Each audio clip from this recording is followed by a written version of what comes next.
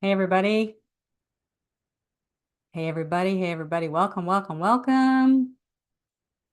Welcome everybody. Waiting a moment here. Welcome. Hello, hello. Welcome to our live stream. Yes. All right. Hey everyone. If you are joining us, thank you. Thanks for being here in our YouTube channel. This is AAM, and go ahead and say hi in the YouTube chat if you'd like to. Tell us who you are, where you are, how'd you heard about this, and what you're hoping to get out of today's program, and how much you love us, and how much you love Rev Philly, who are with us today. And we're very excited to get started. So let's get started. Yay. All right. So welcome, Animal Allies. Today I am talking with the badass women of Revolution Philadelphia, whom you're going to meet. So please hold your questions, but we will welcome them in a little bit. My name is Michelle Granberg. For those of you who are new to Animal Activism Mentorship, AAM is a multinational program designed to fully support and empower activists to reach their full potential and equip them with the tools, community, and resources they need to boldly participate in our global animal liberation movement. Founded in 2020, AAM offers a free 3-month mentorship program, which pairs experienced activists with aspiring activists. You can apply today to become a mentor or mentee through our website. Additionally, we offer free educational online programs like this one.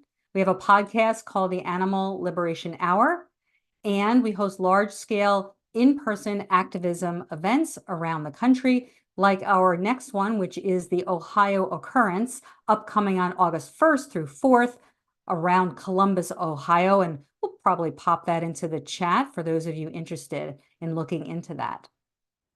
Yeah, okay, great. So with that being said, I have the pleasure to welcome our guests on this live stream, which are the women of Rev Philly, Tiffany and Stephanie and Monsi. So, hey guys, welcome. Hello, welcome, welcome.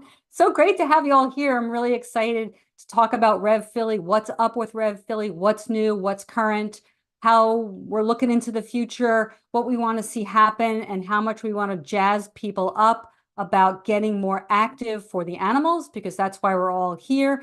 And we are so fortunate that we have such a growing community and network of small grassroots activism groups. And so that's what we want to encourage people to reach out to us, to AM or Rev Philly. So I'm going to start the first question to get to know Rev Philly a little bit more with Monsi. So Monsi, how did Rev Philly get started? And what is your mission? So, um, Rev Philly was started actually in 2019, and I have been an activist for a long time, since 2015. I did a variety of stuff. I was with DXC, and then we started our own stuff, and it's just nothing was working. And yes, disruptions have their place, and open rescues and all of that. It has their place, but nothing was working in Philadelphia. So we thought that maybe we should start our own organization. And that's when we decided to start Revolution Philadelphia, because, it's a revolution. And the sooner we agree that it's a revolution and we're trying to change the system, the better it will be. And then we started doing, smaller campaigns here and there. We used to do live market vigils, and then we started doing the horses. And then we decided, you know what, we're getting a lot of support from the community. It's time that we became a nonprofit. So then in 2022, we actually incorporated, and now we are a 501c3, and we are basically here to stay. And so Monsi, was it? So I want to mention that Claire is not with us. We want to give a shout out to Claire, because Claire is also part of your group, and she's with us in spirit. She wasn't able to be with us today. But Monsi, was it the 4 of you originally? So originally it was Almost. me and Tiffany. It was just Tiffany and me. And then it grew from there. We met Stephanie. She was already doing the horse carriages. So we asked her if she wanted to be a part of Rev Philly. And then we just kept meeting these amazing people. We met Claire, we met our board members, everybody who's on the board now. We met them, and then now we have this huge community. So now it's Tiffany and I, we're the co-founders, and Stephanie is the head organizer for Revolution Philadelphia. And remind me again, you got your 301c3, was it just last year? It was in 2020. Yeah, it was last year. Yes. Okay, I kind of remember when you announced that, and I was like, yes, so cool, awesome. All right, so Stephanie, let's take it to you then. What you would like to say in terms of, did you start with the intent of having Revolution Philadelphia be women-led, or did that just sort of happen organically? I think it happened organically. I think it's something that we're really proud of, and it's something that we want to stick with.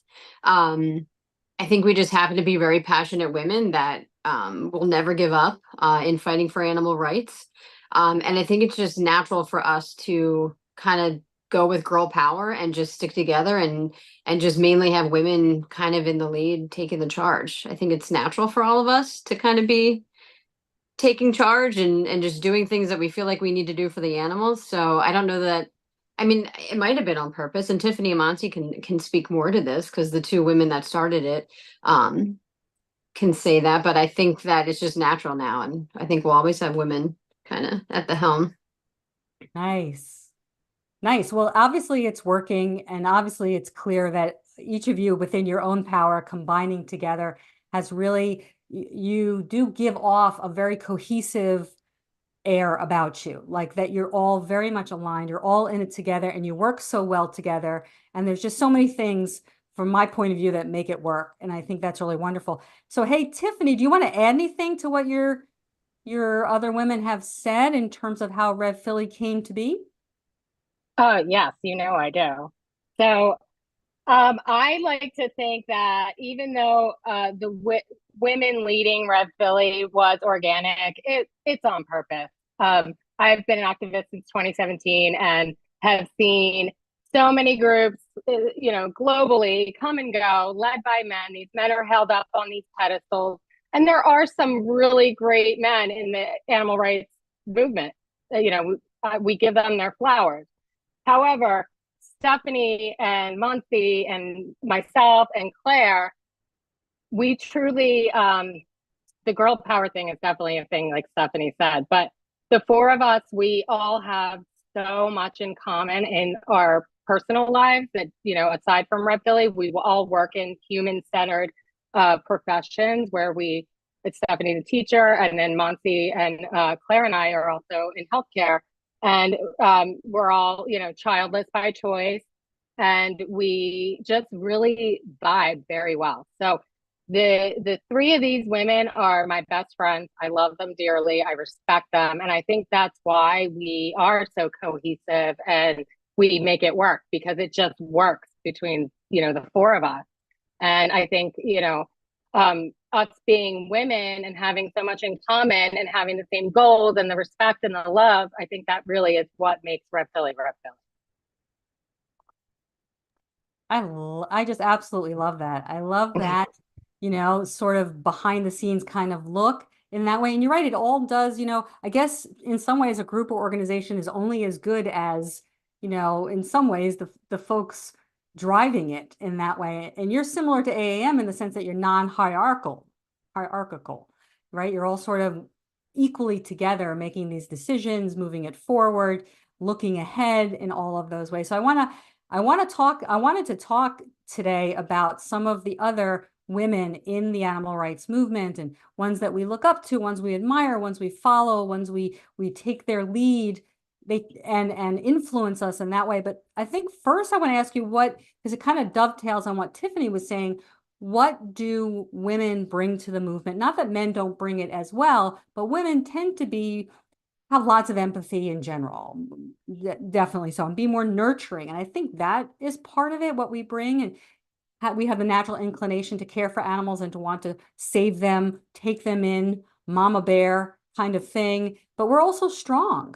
we're also, you know, very strong, especially when we're fighting, you know, for less innocent and for more vulnerable, right? Sort of that. So does anybody want to add to that? Monsi, do you want to add to that? What do you think? What do women, overall female activists, bring to the movement?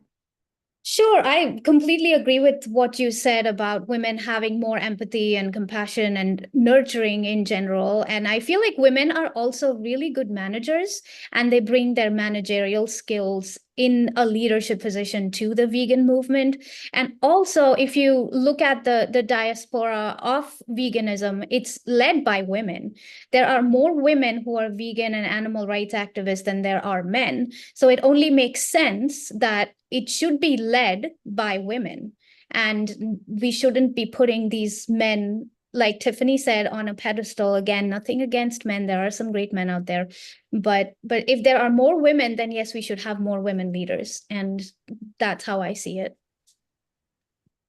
Absolutely. I hadn't thought about that. And I'm sure it's true. It's anecdotal, of course. It's from what we observe. It's from what we know, being immersed in the movement itself, that we see a greater percentage. I don't know what that percentage is. I don't think that that is mapped anywhere, you know, or measured anywhere, but we sort of see that show. So it does make sense that women have taken on leadership roles and seek that out a little bit more as well. And you know, maybe we could be a good example, this movement, for how the world at large might be a little bit more peaceful if women were in charge, but you know, we want men to go along certainly there as well. But so Tiffany or Stephanie, do you want to unmute and add anything to what Monsi said in terms of what are other aspects of how women impact the movement and lead them? Sure.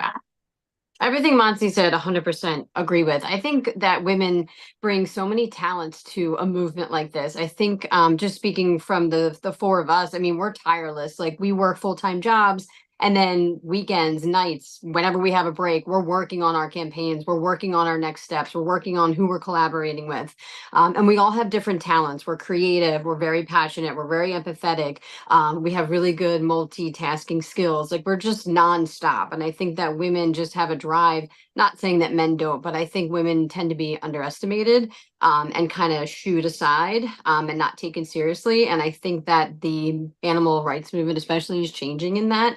And we just can't be ignored. And I really want to kind of push other women out there that are interested in this to just know that you can do it. You know, we're doing it, and join us. And we just have so many talents, and we just are never going to give up. So we have tenacity, and you can't just push us aside. I love that. I love that. That is just so inspiring. Absolutely. Don't underestimate us women. Don't underestimate the women. Tiffany, do you want to add anything to that? Yes, you guys all took the words out of my mouth. Perfectly said by the three of you, but I just wanted to add off of what Stephanie was saying, that we women really complement each other when we join forces, right? So just like Steph was saying, like, we have the creative, we have the empathetic, we have the person that's good at this, the person that's good at that. So the four of us, we all really complement each other. And I think that's so important when you're looking for a team, especially an all-female team, is that you not only, you know, care about each other and respect each other, but you work well together. And the four of us work really, really well together. I'm so lucky. And if I were to describe the four of us in one word, it would be focus. And we're very focused. And just like, if one of us is sick, or one of us goes on vacation, or one of us has something else going on, the three of us pick up for each other no matter what. And I think that really works, you know, really well also. I absolutely love that. You're teaching people. I don't know that you realize how much this was going to teach people in terms of what makes an organization run smoothly, women or men, in terms of you have to be focused, you have to be goal driven, you have to keep your eye on the outcome, which is the animals for this movement. It's for the animals and keeping them front and center, and then naturally showing up in that way. So let's talk about some of the other women who are spread out in this movement, who are doing their thing, who are showing up in their own way, who have started organizations, who are leading, who are influencing, who are voices, you know, some of the most outspoken voices, past, present, young and older, all over the map in terms of that. So I want to ask you guys, that each of you can share who for you was it, if anybody, a female activist or pioneer that has influenced you the most? And how did you come to be influenced in that way? And tell us why and how that sort of manifested itself. Mansi, would you start? I would be happy to start. So I grew up in India and I moved to the US when I was 24. But growing up, I was always an animal lover. And I would, feed the stray dogs because we have a lot of stray dogs and pet the cows and, all of that. Um, People laughed at me because it went against the grain of what was the norm. However, I came across this activist by the name of Maneka Gandhi, and she was one of the first people. She had a TV show called Heads and Tails, and she would show the cruelty and the violence that we do to animals in all different industries. And she was the one who kind of introduced me to this idea that it was okay for me to be compassionate. Just because it went against the grain didn't mean that it was the wrong thing. So she was really a pioneer for me in introducing me to animal rights in that way. She's vegan. She's still very active in India. She has an organization called People for Animals. And that organization is really one of the most powerful organizations in India as a voice for animals, because we really don't have too many rights for animals there. We have a lot of issues with, animal agriculture and environmental destruction and all of that. But she's really a great voice even after all of these years, and I really admire her work. I love that. And I was going to ask you that too. Is she still doing her work in the world? And so it's great to hear that she is. Maybe you want to reach out to her and tell her how much she's inspired you. And now that you are part of your own group and organization, that I is think really, that's a great idea. I might do that. yeah. And all right, so Stephanie, how about you? Who was it for you when you first got started in the movement that was instrumental in inspiring you? So I was always an animal lover. I was born an animal lover, but I didn't put the pieces together of loving animals means you don't eat them, wear them, use them for entertainment, until really college. And even then, when I was exposed to the truths behind factory farming, it really took years for me transitioning, to vegetarianism and then to veganism to really put it together. But someone that I always kind of had in the back of my mind that I would always see when I did research was Ingrid Newkirk, and the fact that she had created an animal rights organization in 1980, the year before I was born, and has done that successfully for the past however 45 years or so. She is just such an inspiration, doesn't care what other people think of her, will do anything and everything for animals. So I think seeing her as sort of a role model really showed me that it doesn't matter what other people think of what you're passionate about. If you know that you're doing the right thing, they can say what they want. You just need to always, and I just listened to an interview with her recently, you just always need to be a voice for the animals and never let that go. So for me, it's definitely her. And also recently, and we might touch on this also, but there's been other women just looking around and thinking about this pre-interview. Everyone that I admire and respect basically is the women in the movement, especially Jane Velez Mitchell. More recently, I've been introduced to her. Just because she took a career in the media that's not animal friendly and kind of drove it in her own direction to make it animal friendly. So I really respect these women that don't care what other people think and do what they know is right. Absolutely. They are following their path, and they're doing they're on the right side of history. So shout out to both Jane Velez Mitchell and Ingrid Newkirk, who founded PETA in 1980. I was taking a look at her background. Both of them very, very strong voices still to this day, very powerful voices over decades, I think, I believe. So let's see who else. Let's see. Monsi we just went, I'm sorry, Tiffany. Tiffany, how about you? Who was it for you who, when you got started, influenced you, inspired When you? I first got started I became like an overnight vegan in 2017, full on, animal eater to vegan overnight, just by social media, coming across the video, being horrified. So I immediately assumed every vegan I knew was an activist. When I found out how that is not true, I sought out like a local group.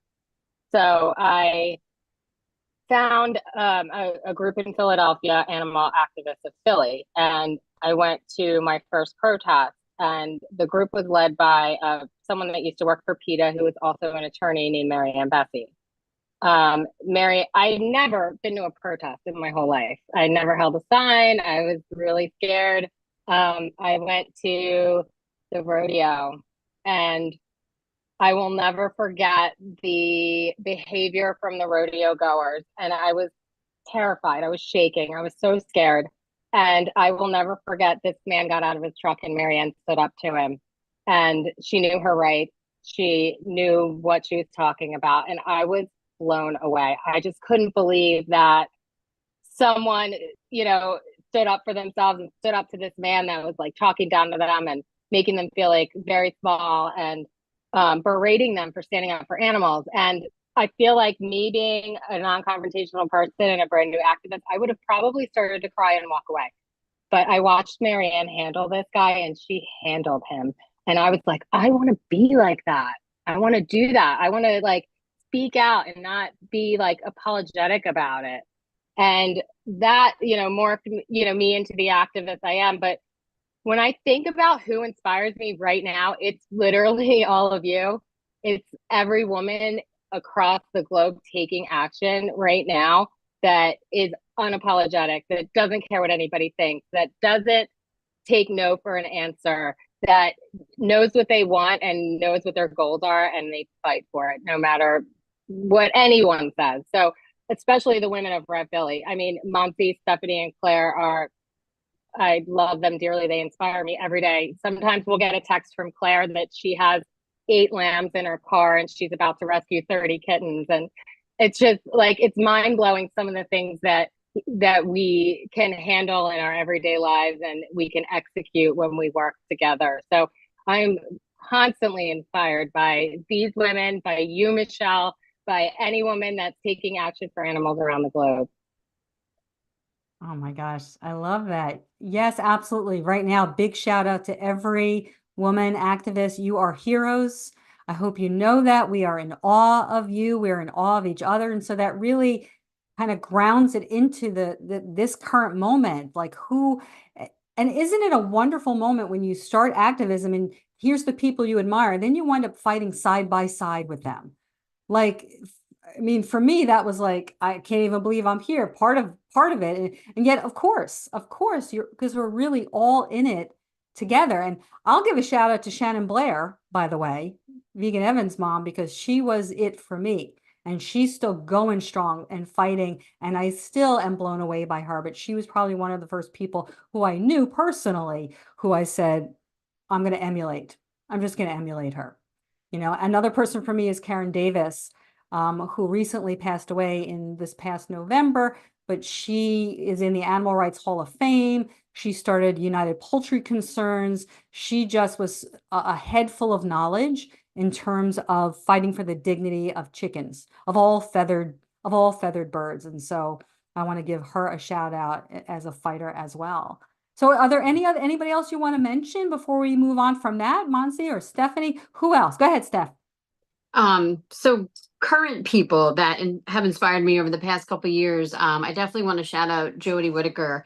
When we were working really hard on our horse carriage campaign, she was a very helpful force because she got horse carriages banned almost single-handedly in Chicago. So one of the first, if not the first, major city in the country to get them banned. So she kind of gave us a groundwork to follow. We followed it. It works. And so I love how she motivates other people.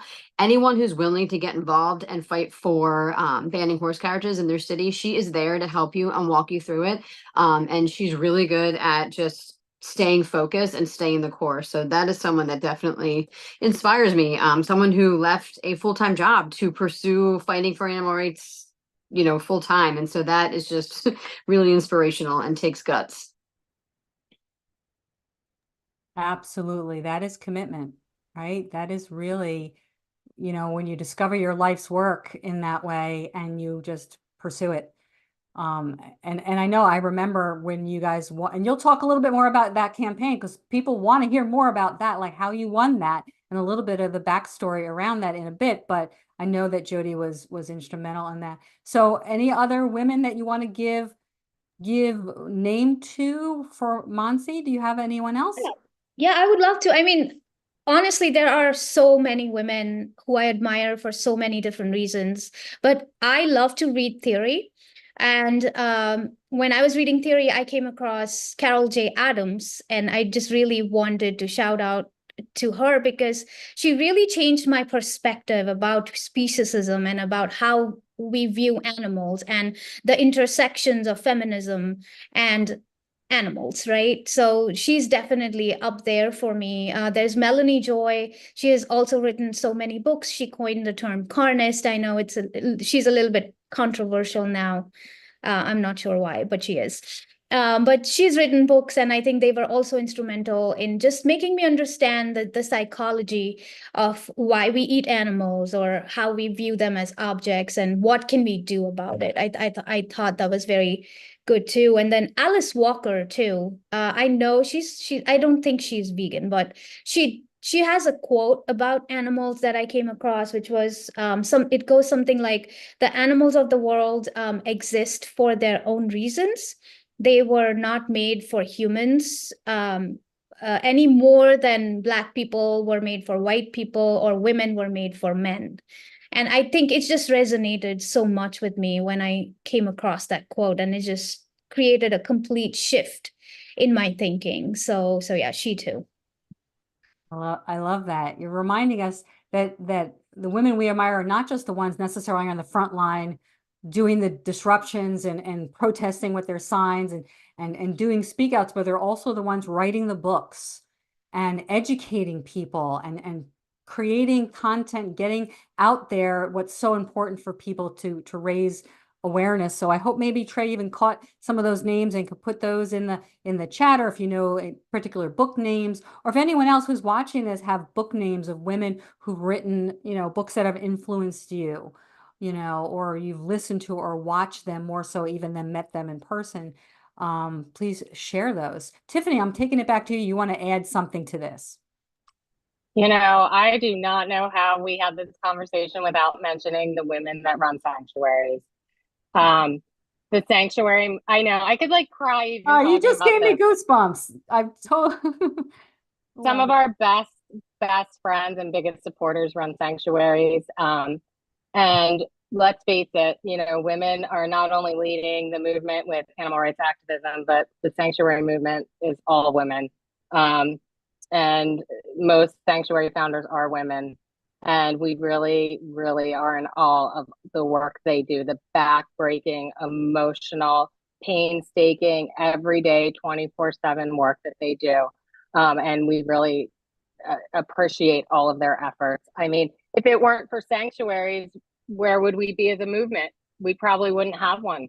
If we didn't have places for these animals to go and live out their lives freely and without exploitation. I mean, so I think it's really important, you know, not only to support each other as activists, but we need to support our sanctuaries because they are the backbone of all of this, because they're the survivors, you know, the animals. So I just wanted to add that. Thank you for adding that. That is so, so important. When you said that, I just went like, oh my God, absolutely. Yes, we could not have this movement, you know, without them, because maybe they have one of the hardest roles because it's 24/7 that they're caring for them and they're dealing with grief because they're losing animals sometimes and it's such highs and lows and so much stress. So we really admire, and it is a fact, and I think it's been well documented that there are more women who run sanctuaries than not. And we can shout out some of those women. People can shout out in the chat if you're watching the women who you know run sanctuaries. I'll shout out, you know, our local folks like Ryan, right? And also Renee King-Sonnen, who runs Rowdy Gull Sanctuary in Texas, and so many more. I mean, we could stick here forever and just really mention all of them. So go them. So let's transition this to what we were starting to talk about Rev Philly's wins. we want to talk about and spotlight those so that that gives more inspiration and people can follow. Not that you have a formula, no one has an exact formula, but what are Rev Philly's wins that you guys are really proud of that you want to talk about? So I guess, Monsi, do you want to start? And then we'll go to Stephanie and then Tiff. Well, I'll let Tiffany and Stephanie handle that because they put in a lot of work in that campaign. So I'm gonna let them go. Stephanie, then Tiffany. Sure. So I think our biggest, probably most successful campaign to date would be our horse carriage campaign. So there have not been horses on the street of Philadelphia pulling carriages since December 2022, I want to say. So we're still working on legislation, and this is not something we're ever going to let go of. We will not stop until that bill has been passed in Philly to forever ban horse carriages.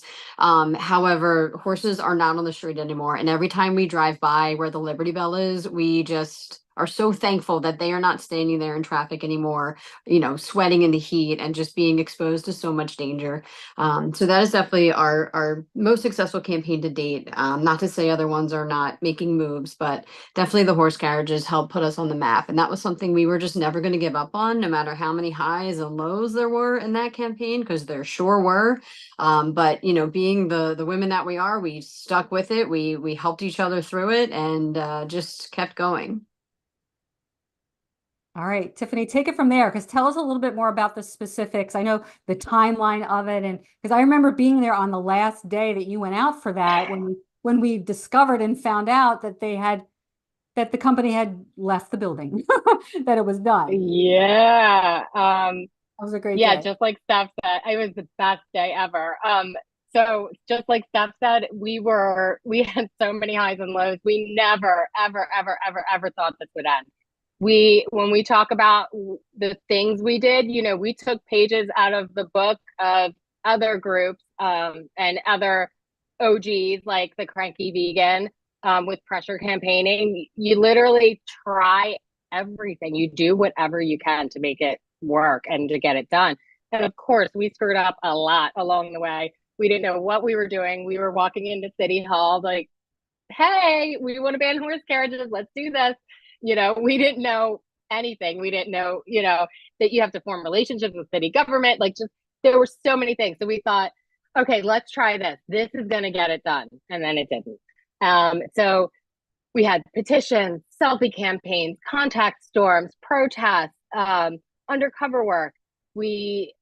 Stephanie and I would go down there in hats and all bundled up and look for violations for hours and hours on end and film it and get nowhere with it sometimes. We tried everything. We went down to the stable. We talked to the neighbors. We got the community involved.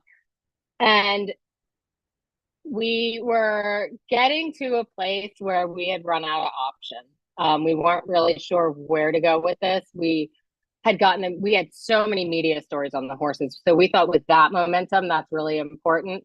And making people more aware of the horses suffering. So we thought, okay, you know, we're getting media coverage. We think this will help the campaign. It certainly did.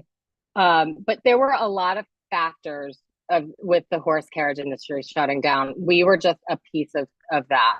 And we are very fortunate and grateful to be a piece of that history.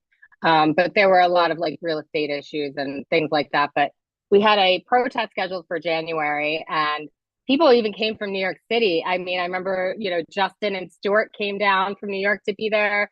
Jen from New Jersey, Michelle, you guys, and we get down to the hack line and we're like, where are the horses? This is weird. And we call and find out they're closed. We go online, they're permanently closed, and a protest turned into a celebration.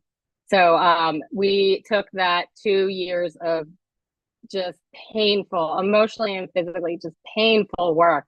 I can't even tell you how many times I would call Stephanie crying my eyes out. This is never going to happen. The horses are going to suffer forever. And then it happened.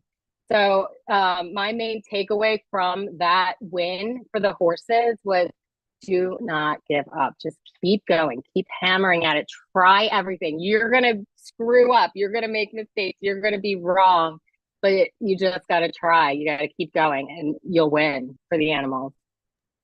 I just wanted to add something, if I could, to that. So I think part of the issue with the horse carriages, they were so beloved, or supposedly beloved by the people of Philadelphia, by the tourists. And I think us being out there, at least once a month, showing the people that were walking by the reality of what goes into horses being forced to pull carriages, help to educate them. And I think once you educate the public on an issue like this that seemingly looks okay, if you take the word of the carriage company, oh, the horses love their job. This is what they're made for. This isn't heavy. They're not suffering.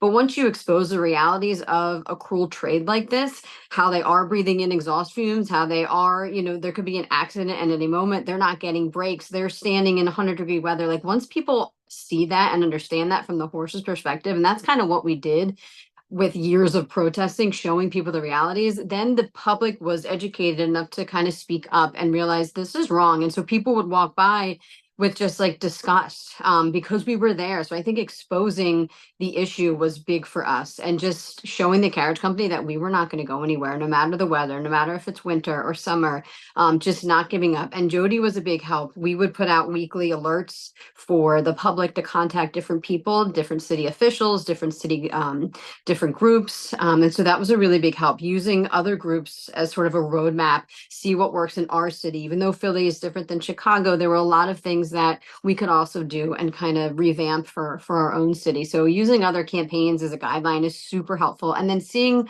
just by trial and error what's going to work for your campaign. And that's really what we did, was a lot of trial and error. But the thing is, we were open to trying anything that wouldn't get us arrested. We were kind of there for it because we were keeping the horses in mind.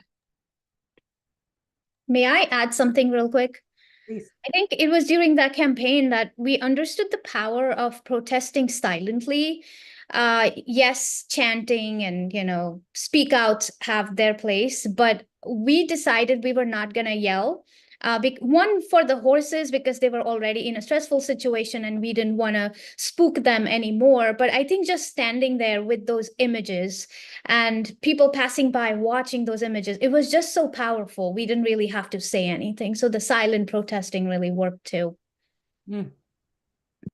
I love that. So did we put the name of Jody's group in the chat already? What's Jody's group? Because she's such a great resource for we want other people and other groups in other cities to continue this, right? Because so far Chicago's the only one completely with the ban.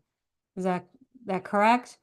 I know that New York City has still been strong, night class, right, in trying to get the horses banned in New York. And if I could just add one thing about night class, we learned so much from them. So much. And Voters for Animal Rights. Those two organizations, both led by women, helped us. They were instrumental in us getting any, achievement or progress in this campaign. They were great mentors to us throughout it. Hi, buddy. So yeah, I just wanted to shout them out as well. Perfect. We love that. Let's shout everybody out today. And folks watching us through YouTube, please, if you know of any other related to horse carriage protests, please let us know. So let's go to then what your current campaigns are, and I'm curious, like, how do you choose your campaigns?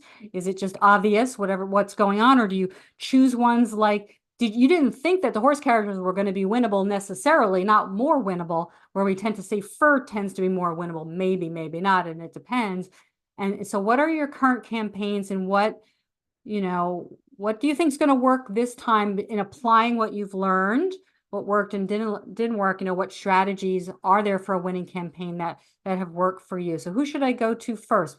Monse, should we go around? Yeah, I can answer. We have a bunch of campaigns right now, foie gras being at the forefront. Recently, we actually had a small win when one of the restaurants we were targeting closed down permanently. We didn't necessarily want it to close, but we will take that win. He's not going to be serving any dead animals on his plate anytime soon. So yes, that was a small win. So foie gras, we're targeting different restaurants. We also have a ban in place that we're trying to get city council to pass. So again, we want to go at it from both sides. we want restaurants to stop selling it on their menus because it's not food. And we also want city council to actually issue a ban throughout Philadelphia so that no one would be allowed to sell foie gras. So that's an uphill battle. We are definitely not giving up. We're going to keep trying. That's the first one. Like you said, fur should be an easy one. We have an ordinance in place. We are working with the Humane Society. They're guiding us in, they wrote the ordinance and they're guiding us in how to get it passed in city council. It would be for the ban of sale and manufacturing of fur products in Philadelphia. Again, we're not going to give up. It's a uphill battle to work with city council because I just feel like animal issues and animal welfare issues are not even on their radar at the moment.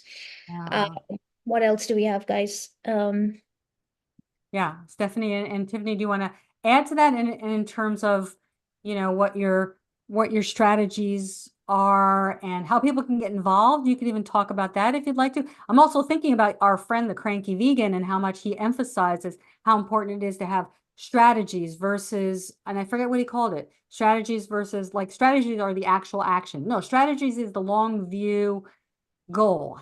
Maybe I'm not saying it right. So let's go Stephanie and then Tiff. Yeah, so as far as our other campaigns, foie gras is our big one, our main focus right now, but we do a lot of work with other amazing groups like Horse Racing Wrongs. We're working with them as their Pennsylvania sort of chapter to get horse racing subsidies taken away from propping up a deadly sport and then put into public education and property taxes. So we're doing protests at parks. It happens to be the third deadliest track in the country. With 38 or so horses being killed there last year. So we're working on horse racing subsidies. We're working on partnering with other groups as far as banning the sale of mill animals in different counties in Pennsylvania. I'd love to get that done in Montgomery County. We do different campaigns that come along. We, for circuses, we do protests for that. So things that come along that pique our interest. There's been a lot of animal cruelty cases locally in counties nearby outside of Philly that we've kind of been showing up at different hearings and just demanding that the judge, give the max sentencing. So we kind of dip our hands in a lot. We're very willing to help people interested in animal issues in their areas get started. We are happy to help people with their own campaigns. For example, Seacrest Woodbridge is a campaign that we've been looking into a bit, not to take over, but to help people with. And again, there's women in that area that are interested in kind of taking the reins and getting Seacrest out of the mall and those poor animals out of the dungeon hell that they live in. And I'll let Tiffany kind of talk about how people can get more involved in our campaigns. I mean, even if you don't want to come out to protest, there's so many ways we can use your talents and your voice. Nice. Tiffany, tell us more about that and really the art of collaboration among groups is what's coming through here. So go ahead. Yeah. So back to our campaigns really quick. I just want to add one thing. So vegans, we are on board with not exploiting any animal for any reason, for food, fashion, entertainment, use of any kind. However, looking at the global population, which is mostly non-vegan, you want to look at how can we get support from non-vegans? And this is my big thing that I really try to emphasize a lot is that you look at puppy mills, you look at fur, you look at foie gras, you look at horse carriages, horse racing. Non-vegans get on board with that. People are disgusted by all of those things when they learn the truth about it. Most people. So tapping into the dog and cat community is a huge thing for us. We've gained the support of so many cat and dog and exotic animal rescues in the area that may not necessarily be vegan, but they're a great resource. And just like the art of collaboration, we collaborate with them. You don't have to be vegan to join us. You will be vegan eventually if you stick around.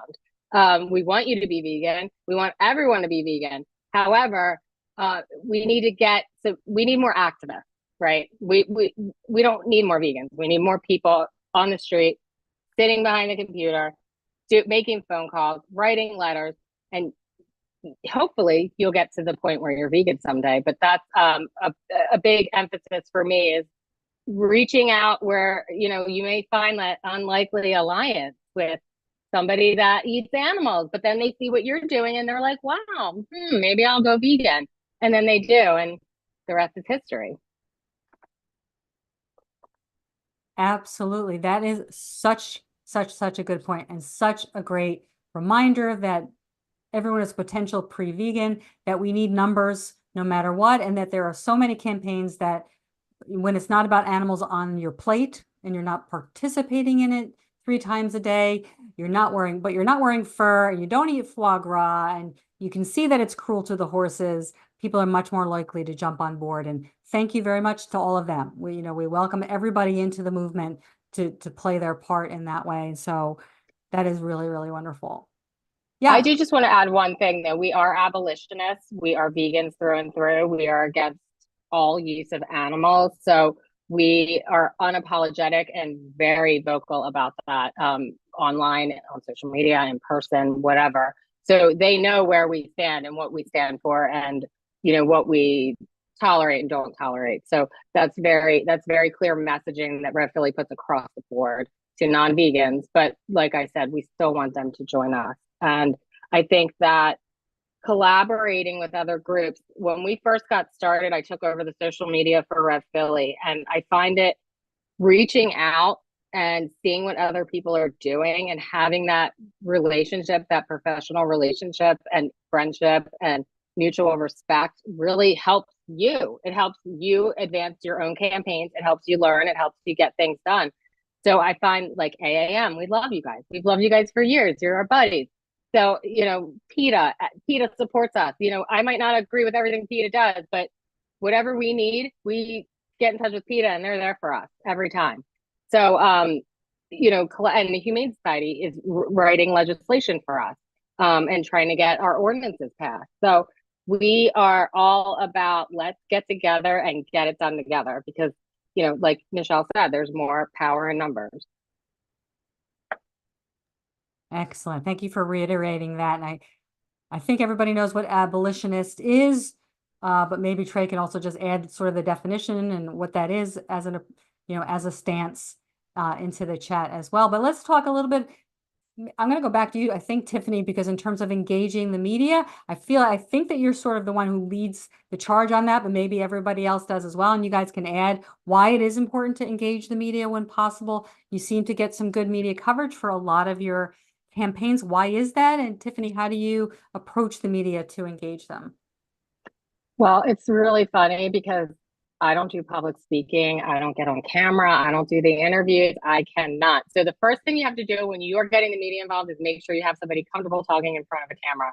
So we have Stephanie and Muncie, who are amazing when we have media interviews. I learned through the horse carriage campaign about how to tap into the media and get them on your side, and to get them to report on what's going on, that the things you want them to report on. So I learned how to put out a press release. How did I do that? I Googled it, and I asked other groups, what do you guys do? I thought we'd put a press release out for every protest, and that is a horrible idea, because you need a hook for the story, and they're just going to get sick of you really fast if you just keep hammering them with, silly, here's my protest, come and do a story on it. They're not going to come. You need a hook for a story.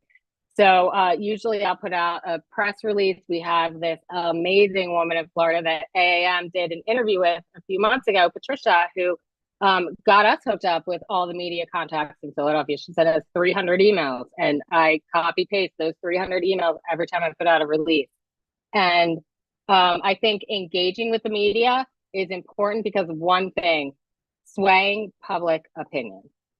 If you get the sway of public opinion and the media to cover your stories, you're going to win. And just like Stephanie was saying with the horses, once people learned about what was going on and what was happening to these horses, they were appalled. And so how do you know unless you're educated? It's hard to educate everyone in Philadelphia. We can't be there 24 hours a day. So let's get a story out there. And those stories really propelled our campaign. So just like with Fagra, we're strategically, thinking about how we want to conduct, this story with the media. We're still working on that, but getting them involved in writing those press releases when you have a story for them to cover is really, really important. Absolutely, it is. Reaching the media as activism. So, Monsi, do you want to add anything to that? I did actually. Yeah, thanks, Michelle. Thanks for asking. I actually did.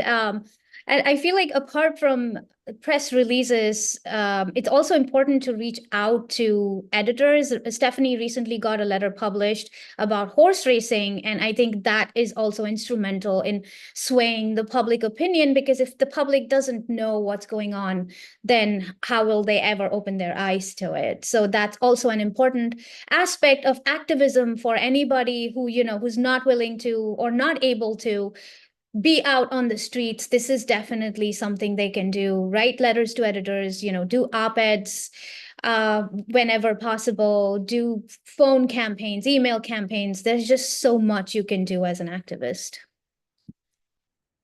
Stephanie, want to add anything? Just to reiterate what Monsi said, no matter what your talents are, what you're comfortable with, there is something for you to do in the animal rights movement, whether it's with us at Rev Philly, starting your own group, or with another group. But there is no shortage of jobs, and whether it's tech or, being artistic, being out in the street, getting loud, writing chants. I mean, there is no lack of. And even if you just want to sit at home, watch TV, you can shoot off emails, you can comment on social media. I find that super fun. I love leaving comments and really targeting different places that are abusing animals. Did you want us to touch on how to join Rev Philly and our campaigns, or we'll get to that? I'm talking while I'm muted.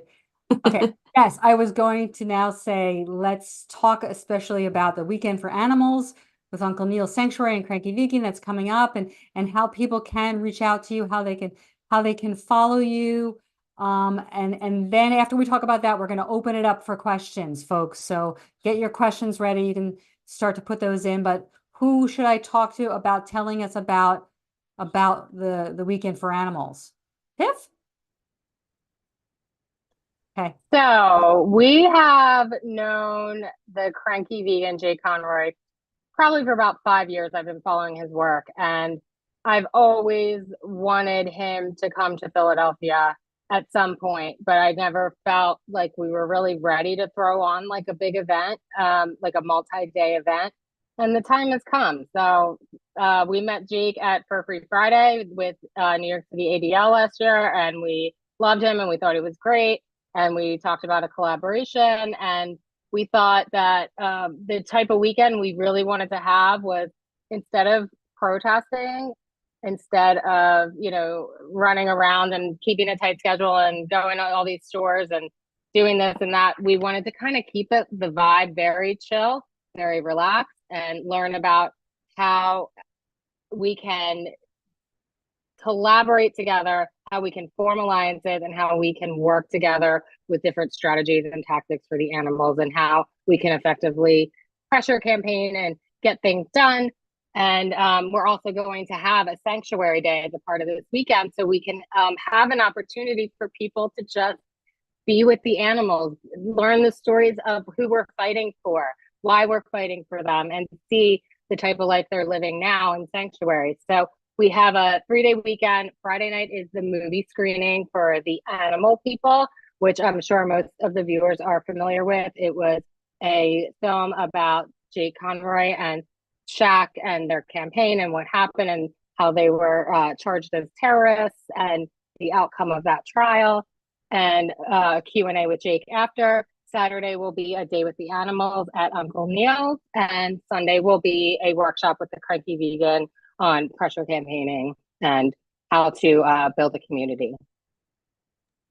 Awesome. So we are putting that link is in the chat right now. So Monsi, do you want to add anything to that? And I know you also wanted to announce the movie premiere where, spoiler alert, Rev Philly is introducing Ingrid Newkirk. You heard it here first. No. Go ahead, Monsi. I know. Well, Tiffany covered everything about Jay Conroy's weekend, but I did want to add that we are helping Mark DeVries, the director of Speciesism and Now Humans and Other Animals, which is a new documentary he directed. It's coming to Philadelphia as a premiere, and we are so honored that he thought of Revolution Philadelphia and asked us to be involved.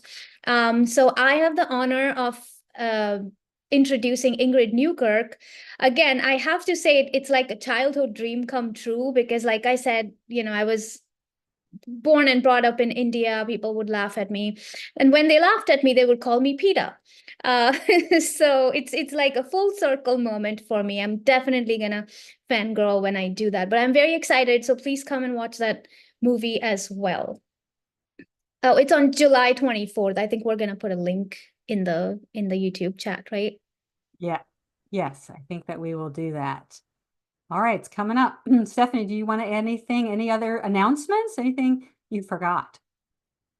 Just for the weekend that we're putting together, the weekend for the animals, we wanted to do something that would make our vegan, veg curious community feel welcome.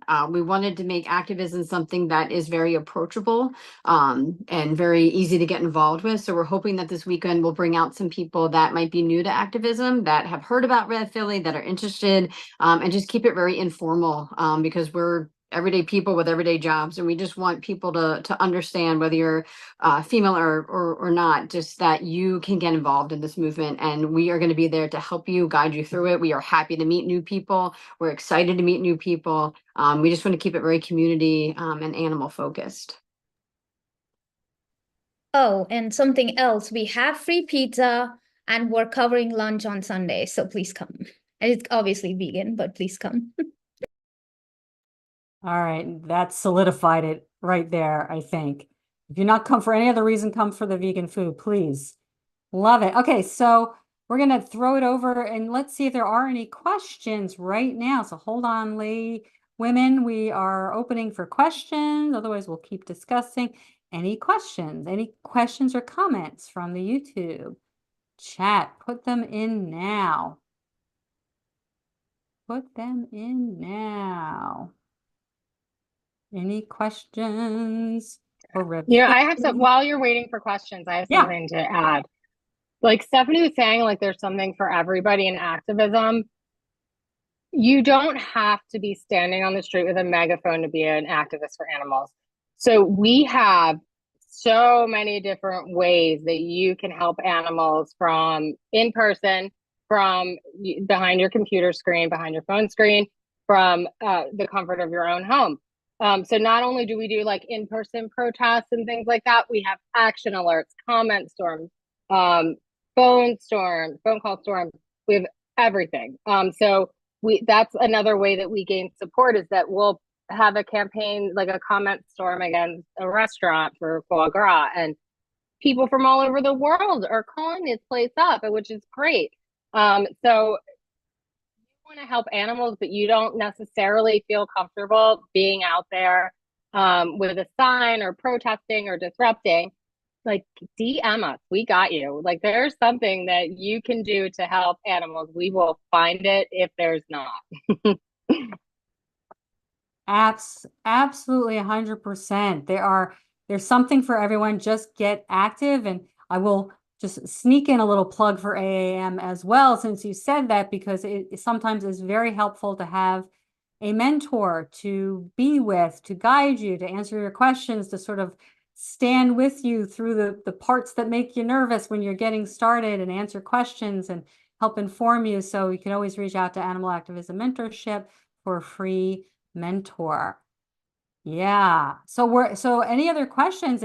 And as we're waiting for some questions that you can put in the chat, please put the word question in caps if you're asking a question. For Monsi and Stephanie, any other, for you, qualities that make an effective activist? What do you guys think? Steph? I think just having perseverance and determination, and never giving up. It's not easy at all to be an activist. There are really good times, and there's also really tough times. And I think if you keep the animals in mind, the reason why you're fighting, it helps. It drives you. You take breaks when you need to, you self-care when you need to. Having a group of friends that are like-minded, like we have with Red Philly, is essential. Just having people around you that understand, get the hurt you're feeling on a daily basis because you're seeing all of this animal cruelty happen, and just keeping in mind that you can do something about it. You might not think you can, you're only one person, you can.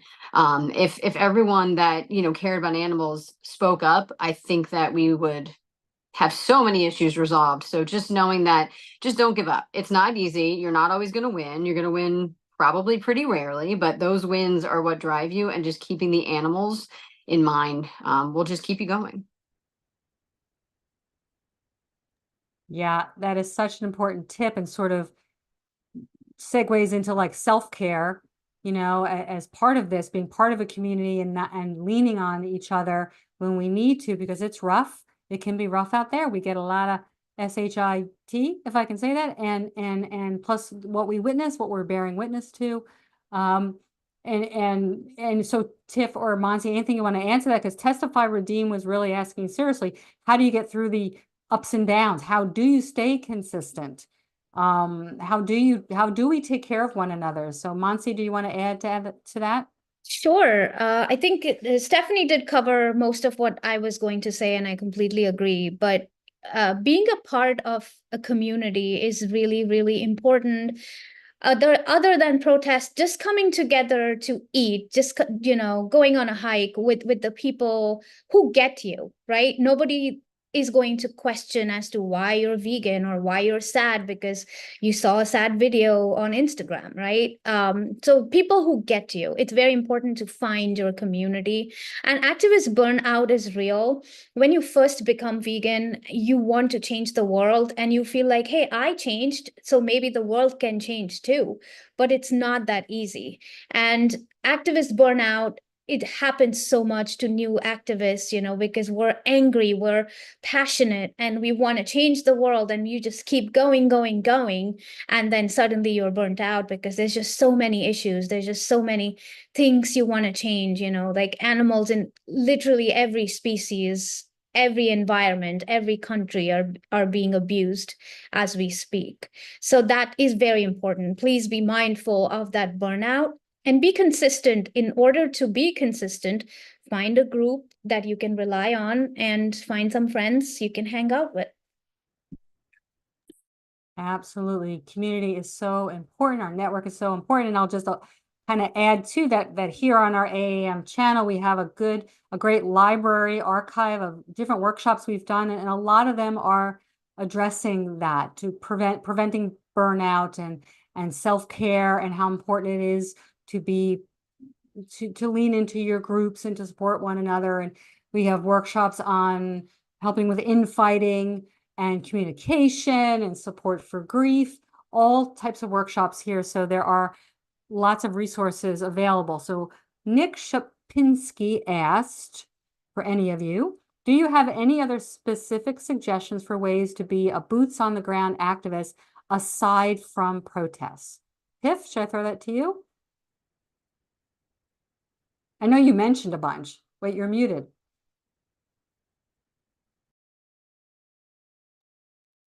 Thank you. Sorry.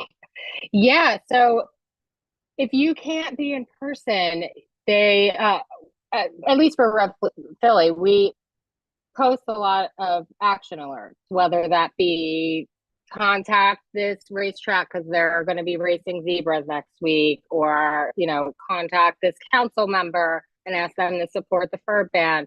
Sign this petition. Like, petitions are huge. We have so many petitions. Sign it, share it. There you go. You did something for animals. So yeah, there's so many different ways to get involved. And if you aren't sure like where you kind of fit, just message me. I run all the social media for Red Philly. So I'm usually always available and very responsive. So I'm, always there to answer questions. But yeah, we post everything on our social media that we do, and it does not have to be in person. Actually, I would say maybe half the time, it's not even in person, the actions that we need completed for animals. Just to piggyback on that, if I can, if he wants to be in person, boots on the ground, without being out there with a megaphone and a sign, something that we did a lot with the horse carriages were just educational outreaches. You can show people, let's say you're outside of a circus, a zoo, an aquarium, show them the cruelties inside just by handing them a pamphlet, whether it's one you get from a group like PETA, one you create yourself. Be out there with a clipboard, have them sign petitions against what you want to fight against. Just talk to people. You could chalk the sidewalk, get your message out that way. Do art and have people come and check out your art and just have a conversation. We find that you might view a person one way, like, oh, they look like this, they're never going to change. And I've learned over the years, like, you really can't judge someone. Like, someone might be very open to your message if you're approaching them, even in just a friendly way. So I think just talking to people, you don't have to be out there screaming all the time, although that is really fun and we like doing that. But sometimes it's easier to get your message across just by having a clipboard, being out there with some information, giving out an alternative vegan food. If you're outside of a chicken joint, give out, vegan chicken instead. Just be very approachable. Find what works for you, what you feel comfortable with. You might not feel comfortable at first, but you'll get there, and just you get used to rejection out there protesting and talking to people. It's just part of it. I feel like you just read my mind, because every single one that I was going to mention on the list of have you guys done it, and other boots on the ground, in person leafletting and tabling and stickering and outreach conversations and chalking. I open it up to the chat if anybody else wants to add any other ones that we may have missed that you can think of in terms of other forms of activism besides protesting. You're welcome to share that in there. Any other questions or any other questions out there? Let's see. Oh, well, Victoria Hart, thank you for your lovely comment here. This interview has made my day. I've always felt that since females make up the majority of vegan animal activists and animal liberationists, then they should also be the leaders in this movement. Okay, we concur. Thanks. Isn't that nice? Thank you. Yeah, thanks. And Tenebrae says education, in terms of, right, education is such an important category. Education is activism. Absolutely. Doing seminars and just one-on-one or educating groups, or online or in person. Bumper stickers, stickering, wearing t-shirts with messages, hats with messages. Any others that you guys come up with? To kind of go along with what you just said, shirtivism, or wearing your message on your clothing is such an easy, and I feel like all of my outfits have now transformed to animal rights messages, and I really have nothing else besides animal rights messaging. But that's such an easy way to just get a message out there.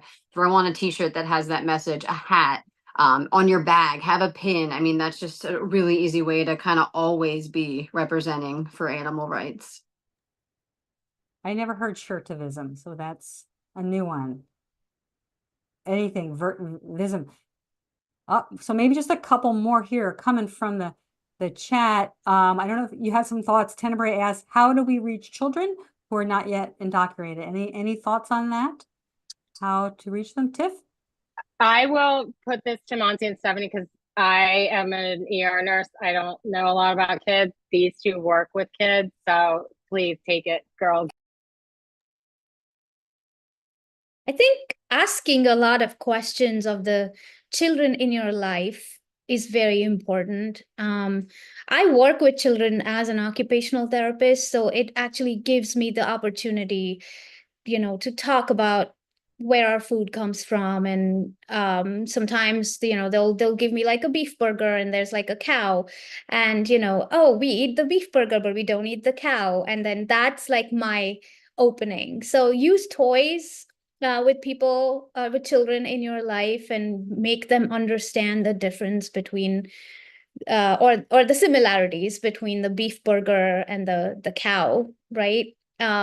Just simple things like that, because you also want to be mindful that their parents, if they're not already on board, are not going to stop you from hanging out with them. again. So I think that reaching out to kids can be through play. Kids are really intuitive. I think visiting sanctuaries with them can also be a really good thing to do. Just being around happy animals, I think it really changes people, adults and children both. So that could also be something you do. Great I'll just suggestion. Yeah, jump Steph. in if you don't mind. So I'm a teacher. I've been a teacher for 21 years. I teach kindergarten through fourth grade. And, you know, I'm not directly telling them where their food came from that they're eating at lunch, but in my classroom, the children know that we don't squish bugs, we don't kill spiders, we respect all living things, and I kind of spread that message throughout all my lessons. If there's an animal in a story or something, it's not it, it's she, he, they. Like, I just try to show them that animals deserve respect, change how they view the animal, understand that no matter what the living being is, all living beings have feelings, love, have friendships, and just deserve to live just like they do. And so I just try to send that message, which they might not hear at home. If they talk about their companion animals, I like to make sure that, you know, they're sweet to them, and that they love them, and just see them just as important as their friends at school. So I just really try to spread the message of respect. Most of the students at school know that I'm vegan, and so they ask questions and I answer them, and I love when they ask questions. I think just having someone in their life that they know respects animals and see that that's okay. It's okay to be vegan. There are all alternatives out there. You can be healthy, happy without, you know, destroying someone else's life. I think just having that role model in their life, someone who gives them that message, because it goes against all the other messaging that they're probably getting, just to respect animals and that they deserve love just like everybody else. I love that. Just messaging on their level, on their kid level, and instilling the basics of respect for animals and reinforcing that. If anybody else has other little ideas that you have worked for you in terms of reaching kids, you know, talking to kids about animals and veganism and animal rights. But I'll read a couple of the comments here from the chat. We are going to wrap up pretty soon, shortly now. So, but Heather Johnson says, I wear vegan shirts every day to work. Every day to work. That's awesome. It sparks many conversations. I also started keeping how to go vegan guides in my work bag that I give out when coworkers ask me about veganism. Smart. Always have materials on hand. Very smart. And then when you need them, you're like, where are they? I don't have them. Always good to have them on hand. The Lutka says chalking is really fun. I agree. Get a few people together to chalk messages on walkways and parks and talk to passersby. It's great outreach as well. Start conversations. Then you can go to vegan noms afterwards. In other words, go eat. And the 40-year-old vegan says, We the Free has a number of free workshops. Excellent. Inspiring behavior change. We do things like a 3-minute movie challenge. Very good. Absolutely wonderful. Those are all really, really great suggestions for kids and adults. So I'm going to throw it back to each of you to share as we begin to wrap up, you know, any final thoughts at all that you might have, but also maybe what gives you hope that you can share with us, and maybe what do you think the future of the movement looks like, or what do you want the future of the movement to look like? What do we need it to look like in order to move more faster? So let's see, Monsi, and then Steph, and then Tiff. Sure. I feel really hopeful with the activist community in Philadelphia. We have such a great community, and we have activists from all different age groups, you know, coming to our events. And we obviously need more activists. I think in order to move the movement in the right direction, we need more activists. And so if you're here, if you're in Philly, if you're local, please come and join us. We would love to have you. And then again, you can start by taking smaller steps, you know, do email campaigns, do contact storms, and then do the bigger things if you want. But I do feel hopeful that veganism is becoming more mainstream. It's a slow process because we're trying to change the system. We're actually trying to put a system in place that doesn't exist at the moment. But so that's going to be a very difficult challenge. And I also understand that in my lifetime, I may not see as many changes, but it's so important to start now so the future generations can reap the benefits. So. All right, Steph, you can pick it up from there. That was wonderful. Agree with everything Monsi said.